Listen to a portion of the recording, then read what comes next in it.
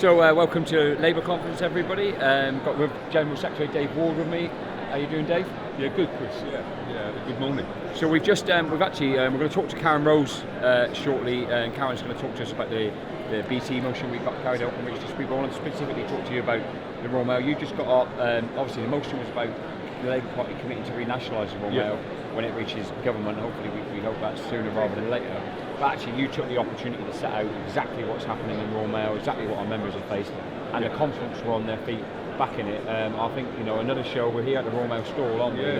Another show that actually the public and people outside the Royal Mail are right behind our members. Yeah, they are. Let me first of all say I thought Karen was superb as well. She put the case for our BT members in the moving of her motion, which I'm sure our members will be able to see, and got a great support from right across the conference floor. But we did do the motion on Royal Mail. We're totally of the belief that it will be unanimously supported. They vote a little bit later on these motions, but we got everybody standing up in support of our posters out on strike at the moment.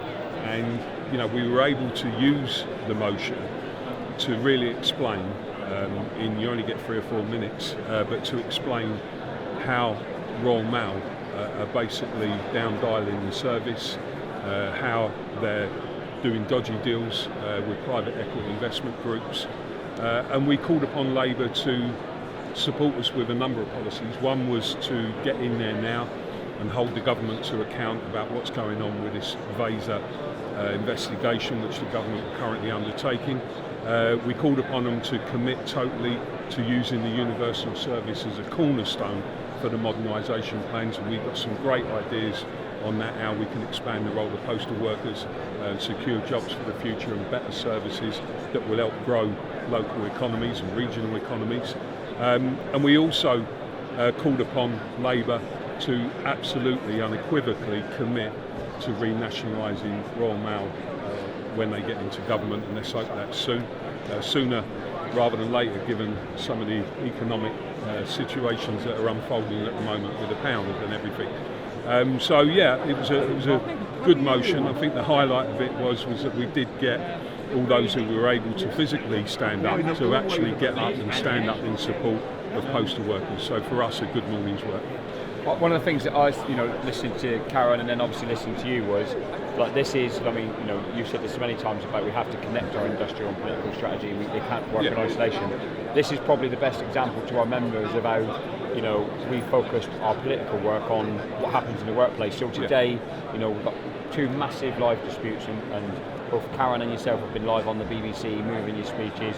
That's surely a positive for our members that we're taking our case into politics and also into the media.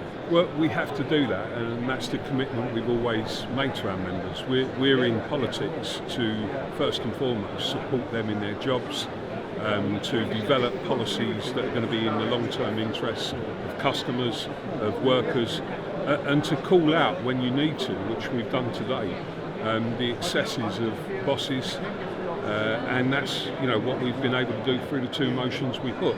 Imagine if we weren't here, we wouldn't have been able to have those debates, and it gives us a platform now to go out and talk to the media and other people about the strikes that are coming up.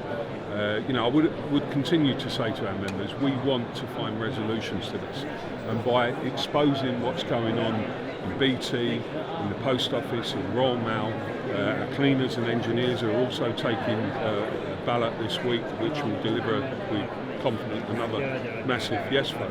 We're getting right behind our members. I think that is the right way to deal with this. Now let's hope that this Labour Party starts calling out Royal Mail immediately on some of the issues. And we're here outside the Royal Mail stand, having a bit of banter with some of their public affairs people. We've got unanimous support here, there's no doubt about it. You're getting people coming up to us all the time saying that they're behind CWU members, behind everything that we're trying to achieve for the future. It must have been a long few days for the Royal Mail people, because the support on our store has been phenomenal and everyone's backing the strikes. But onto the strikes then, because obviously it's an important week. It's obviously the start of the week now. Friday though, on Saturday we've got another 2-day strike action in Royal Mail. Our members will be starting to say, they saw the ridiculous approach from the company last week with you know, oh, basically we want to de-recognise the union, rip your terms and conditions up, but you want to chat at ACAS about some of that. I mean, you know, are you looking, and are we looking to facilitate talks this week? We have the executive tomorrow, potentially escalating the action. What sort of week have we got in store, and how will we communicate that with our members? Yeah, we'll do both.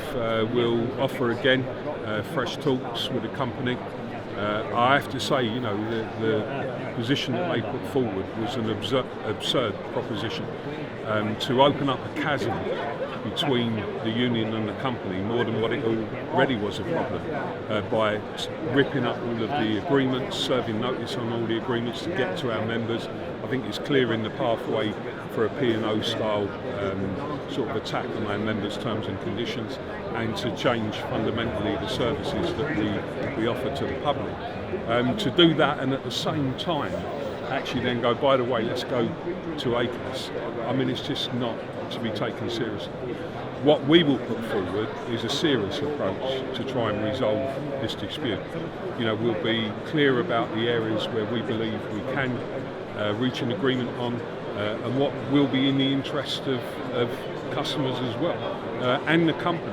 But what we're not going to accept is the levelling down agenda that they've put on the table. So it really is important later this week that we communicate again with our members. We'll probably do another live Facebook session probably Wednesday, once the executive have met, and we'll communicate then where we're going with the dispute. I mean, in terms of like our members, lots of them, obviously they've seen what happened last week. I don't think there's any doubt where the support of the members sits, and that's, you know, squarely behind, you know, their union. But lots of them are saying, Royal Mail are escalating it, we need to escalate it to match. Is that something that's going to be on the table at the executive and yourself and the officers? Yeah, I'm fairly certain that the executive will be considering further strike action. That's pretty much what we said last week. The company have put us in the impossible position where we have to escalate now. But as I keep saying, Chris, it's also important that the union communicates with its members about what we're trying to do and what we're putting on the table to resolve this dispute. And we'll continue to do that, and that will be the basis of how we move into this week's strike. I don't think, unfortunately, that the company are serious about reaching an agreement with the union, and I do believe that that's got something to do with them waiting for the outcome of this government investigation. Because you don't know what's going to happen there. I mean, it's possible that these people won't be there, and we don't particularly want them there at the moment. I'm sure our members would welcome a change in the CEO, but we don't know fully what the government are going to do. And, you know, for those reasons, I just have a view that I don't think this company is serious about resolving this dispute. I think what they're actually doing is doing the dirty work now for the private equity investment company to benefit from. And it's not on. No, that's how it feels. I mean, you're going to get loads of opportunities as well, the officers and obviously branch officials to speak to members across the union in the next 5 days. But any sort of roundup messages and the need for people to just stick with their union in the coming days and weeks? Yeah, I mean, at the moment we're feeling the reaction to what happened last week. We can see that it's strengthened the resolve of our members. And it's important that the members always realise that the union has you at heart, but we also have the heart, you know, at heart the services that we provide to the public. And I think we can put forward a vision for the future, which undoubtedly will see Royal Mail modernising. It's about expanding the role of postal workers. It's about using the universal service as the cornerstone of modernisation, rather than what the company are trying to do, which is almost kill it off, create the circumstances where it becomes uneconomical, and obviously set up this separate parcel network based on gig economy style terms and conditions. So yeah, I mean, members get behind that. Also, a final message from me would be to wish Terry Bullinger well. Terry's off sick, as we put out a notice the other day. Hopefully after a little bit of rest he'll be back soon, leading and supporting our members in this dispute. Thanks, David. Yeah, obviously, as Dave said, echo that. Good luck, Terry, and get back soon, well, mate.